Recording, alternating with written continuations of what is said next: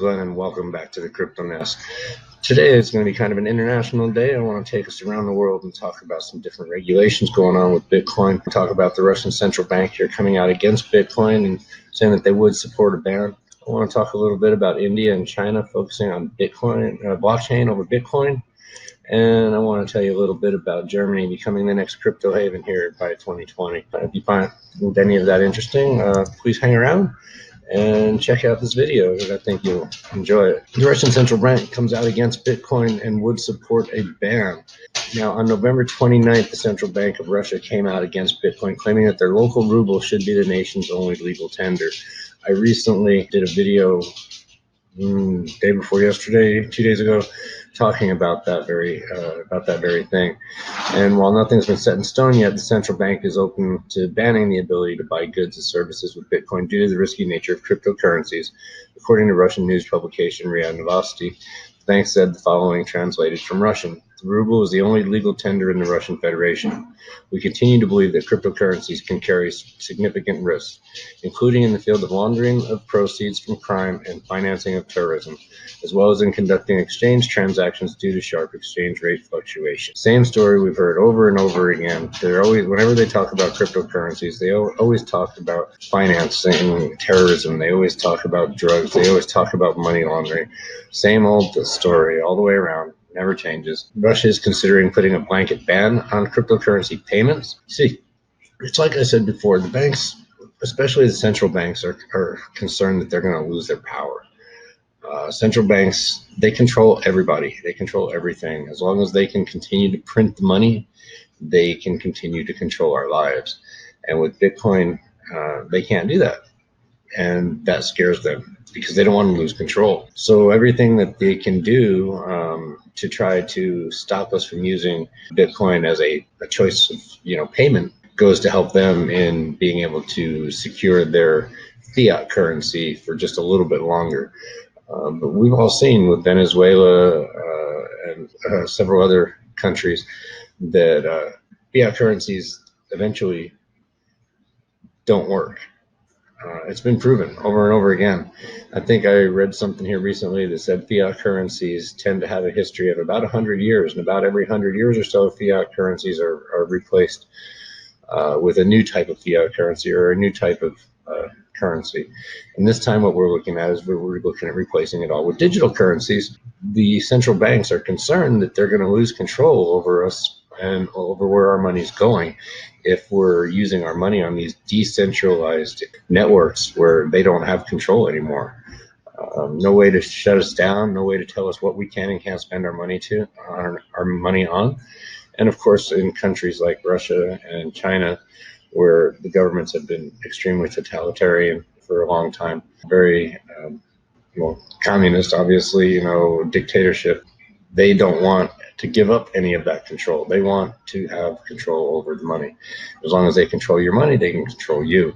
And interestingly, Being Crypto, which is the website that I'm on here, recently reported on the Bank of Russia's interest in stablecoins.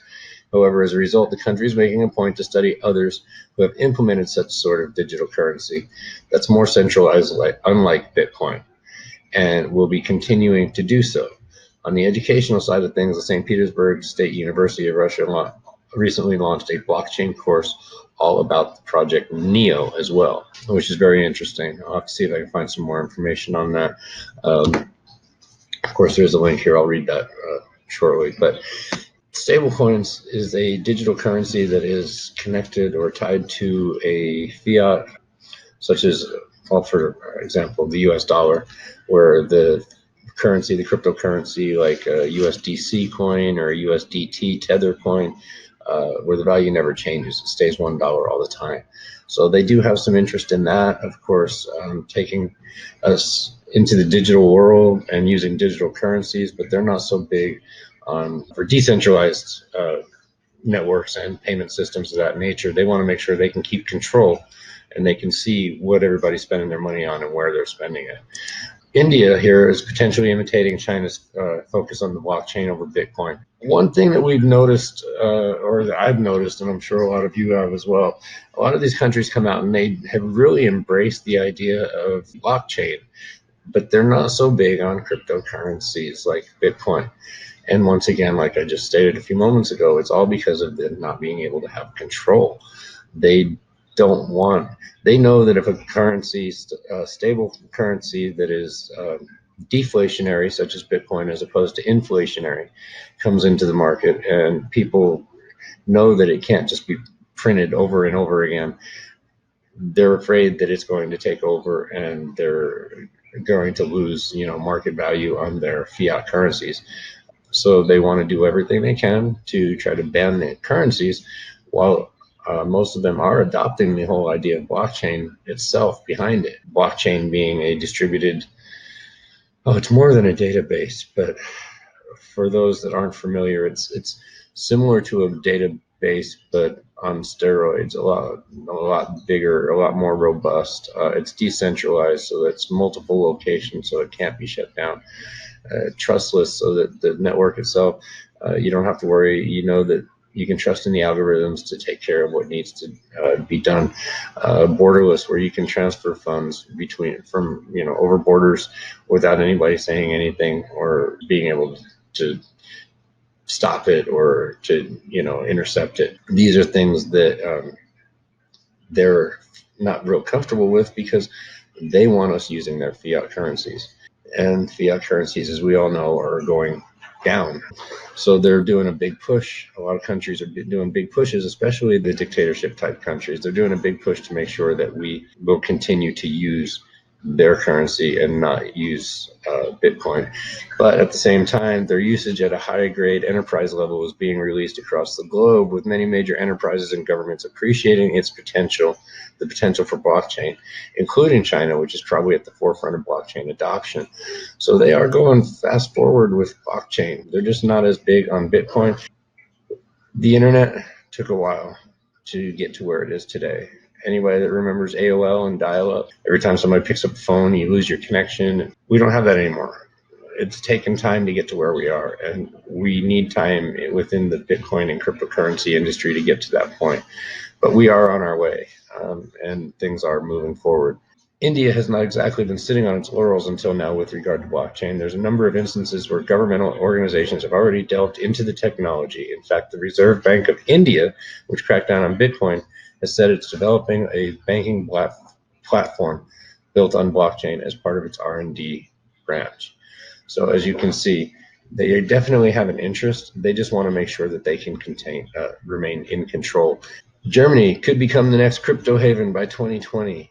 There's a new law in Germany which has already been approved by the Bundestag, the federal parliament, and is currently awaiting approval by the nation's 16 states. This could allow German banks to sell and custody Bitcoin and other cryptocurrencies as early as next year.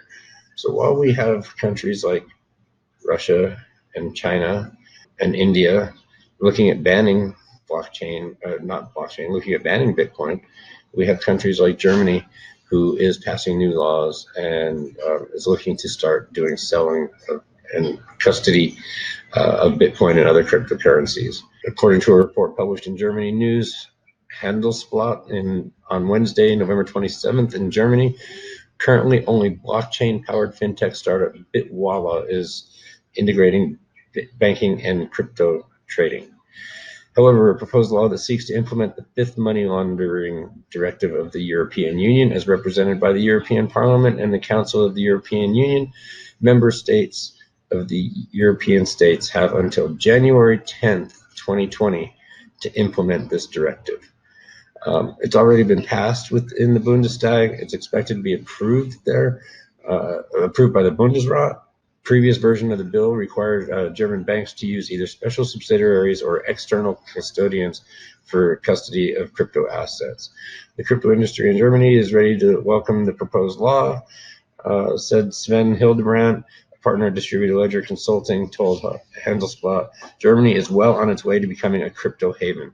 The German legislature is playing a pioneering role in the regulation of cryptocurrency, and it's so welcoming to see them doing that. This is what we need. We need more countries that are stepping up like this and being willing to take it on. They're actually allowing banks in Germany. I have a few more stories on this here, another story on this here in just a second. This new law would allow them to custody Bitcoin for their clients and actually be able to sell Bitcoin right from the bank itself. It's within a trusted trusted financial institution, if you will, something that people have been used to, someplace that they're used to going. The old school bank will now be able to sell Bitcoin and crypto and custody their crypto for them. So that's a big step moving forward for Germany, and that's a great thing. Happy to see that. Bitcoin gets a big boost in Germany after banks allow to offer cryptocurrencies. As I was just stating, the regulatory constraints that previously prohibited Germany banks from offering Bitcoin-related services to clients could soon become a thing of the past. New reports are coming in that once the fourth EU money laundering directive comes into effect, financial institutions in Germany will have the legal and regulatory approval to offer and hold cryptocurrencies, including Bitcoin. While details regarding the definitive timeline are yet unknown, the move is likely to be fully implemented sometime in 2020. So things are moving forward in Germany. They've got a major push going on for Bitcoin adoption over there, which is showing because their banks are actually stepping up and allowing Bitcoin sales, or want to step up and allow Bitcoin sales, as well as custody, as I was talking about a few moments ago. This is indeed an exciting development for the Bitcoin community, not just in Germany, but pretty much all throughout the EU and beyond. After all, having a wide range of conventional banking financial institutions offering cryptocurrencies will make the asset class more appealing to some skeptics and first-time investors. First-time investors that aren't real familiar with it may feel more comfortable going into a bank and purchasing as opposed to trying to buy something off their computer on the internet. They're never had done that way before. So this should help to lead to some mass adoptions. There are critics, of course. There's always critics that are speaking up against the move. That never fails. You're always going to have that. And meanwhile, not everyone seems convinced about the merit of its latest pro-crypto move by the German central bank. Some critics are arguing that it's a bad idea to allow banks to directly sell cryptocurrencies and related services to customers. I think it's a great idea.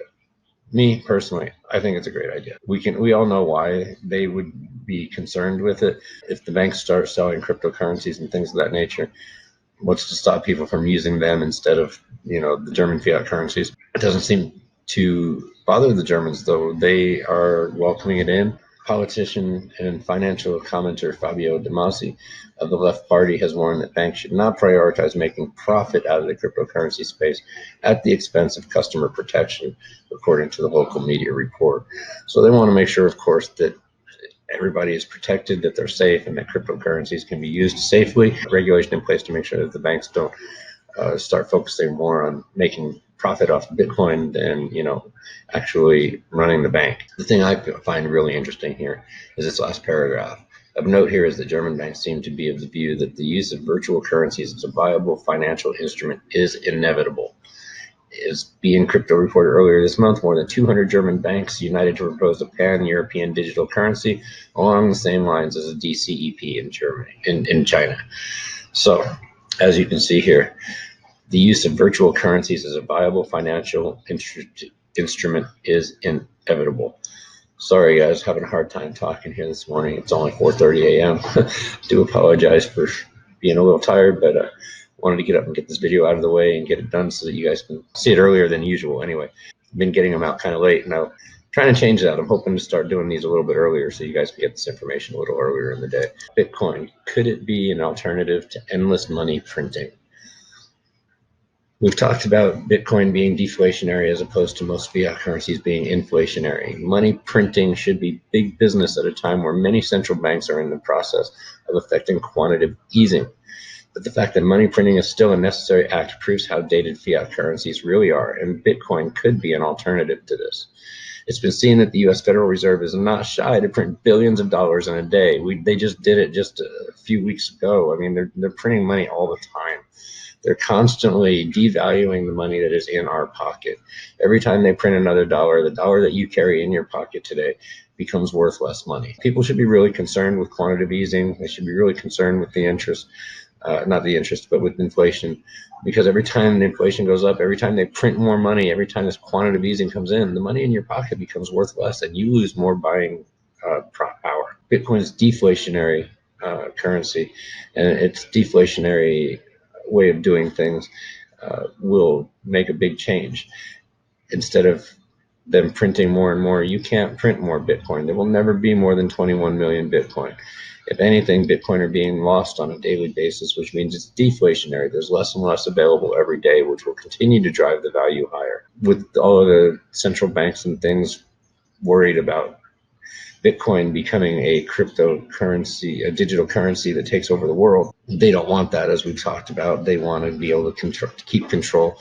And I don't know that there is necessarily enough Bitcoin to be able to run the entire world on it, although I have heard many different theories on that, and very, very interesting. Something for another video. But UK banknote printer De La Rue has recently become a potential target for a takeover after the company's share price plummeted. The company announced that there was material uncertainty surrounding its future, triggering its shares to plunge almost a quarter. If there's a better indicator that the future of money might not be tangible, it is that money printers, despite being in high demand, are unsure of their own futures. So, I mean, this goes to what we've been saying all along. They're worried about their own future, which is why they keep trying to turn us against Bitcoin and trying to keep us within their fiat systems. We're losing the need for cash. Although a staple of money and payment for hundreds of years was never going to be the final solution, the world has witnessed the evolution of money in the past few hundred years, and it appears as the next revolution is upon us. Just like when we went from using, shells to gold coins, from gold coins to dollar bills to checks, from checks to credit cards. And now we're going to move on from credit cards to digital currency. It's just the next step in the evolution. Bitcoin has yet to quite prove itself as the answer to the evolution of money, but it would be fair to say it has helped catalyze the digital drive towards a cashless society. In fact, Sweden has already started its move away from cash in pursuit of being a society that only uses digital cash. Whether you embrace Bitcoin or not, it's only a matter of time before you don't have dollar bills anymore. The central banks can't track dollar bills. The government can't track dollar bills. You hear them all the time talking about money laundering. They're concerned about Bitcoin for money laundering. He can launder more money with cash. They know this. They already know this. It's another way for them to keep us from buying into it so they can continue to keep us trapped within their fiat system. De La Rue is another indicator of this global movement away from printed money. A new era is being reached where the old way of doing things is starting to appear obsolete. According to Telegraph CEO Clive Wacher, the De La Rue has gone through an unprecedented period of change in which many senior executives have jumped ship. That's another thing we've seen a lot. We've seen a lot of people jumping out of Wall Street. This is in the UK or the EU, or the European Union. But we've seen a lot of Wall Street people jumping out of Wall Street and going into different cryptocurrency firms, different cryptocurrency companies, becoming advisors for them, founding them. There's a reason for that. I mean, obviously, if the people in the banking industry are jumping ship so they can go on to something in the cryptocurrency world, that ought to be telling you something. The fact that this money printing business is embattled also shows the exorbitant parts of the current traditional financial system. Many are quick to point out that Bitcoin uses large amounts of electricity to run, but the system is probably far less damaging than the entire financial ecosystem, which includes mints, money printers, banks, and other financial institutions. More so, Bitcoin operates intangibly, meaning there's no need for resources like in the printing of paper money or minting of coins. Also, the energy usage in the accumulation of those materials, as well as the production of the money, should also be taken into consideration. The world's first cryptocurrency does have a few issues to work out, but it's on the path to try to fix those concerns. People talk about the fact that Bitcoin using so much electricity is going to be dangerous and harmful to the environment. More and more so, the mining farms nowadays are turning towards reusable energy, wind power, solar power, so on and so forth, and other ways to try to find to make the Bitcoin mining less intrusive upon the energy grids of the world. You have all the waste of the electricity running the printers, the ink, the paper, so on and so forth. There really isn't that much difference in the cost of, in my opinion. I could be wrong on this, but I don't think that there's much of a difference in the cost of printing money or minting a Bitcoin. Whether it's all electricity, it all boils down to electricity in the end. On the other hand, the legacy system of fiat currency is starting to grind to a halt and struggle in the modern era. If those who are creating the money are starting to struggle, what does that say about the money itself? Think about that, guys. I'm going to leave you on that note here and just kind of let that sink in for a little bit. I really think that this whole printing money every time that we need it, this quantitative easing, is only a detriment to all of us. I mean, we all know this, and yet the government just continues to throw the presses on anytime they feel like they just need to print another $1 billion to get us out of debt. It's not helping us.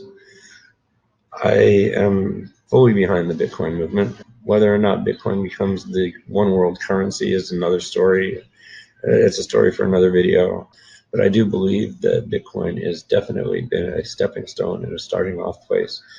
And whether you believe it or not, in the next 5 to 10 years, we won't have cash in your pocket anymore, guys. It's going to be digital currency.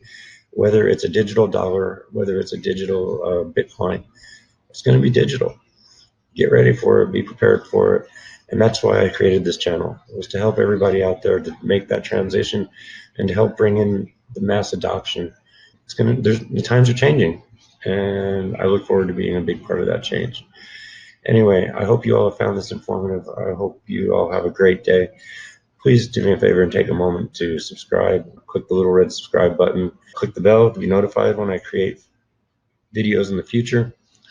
I am trying to do videos on a daily basis. Life does get in the way and has created a few empty spots there, and I do apologize, but I'm doing the best I can here, guys.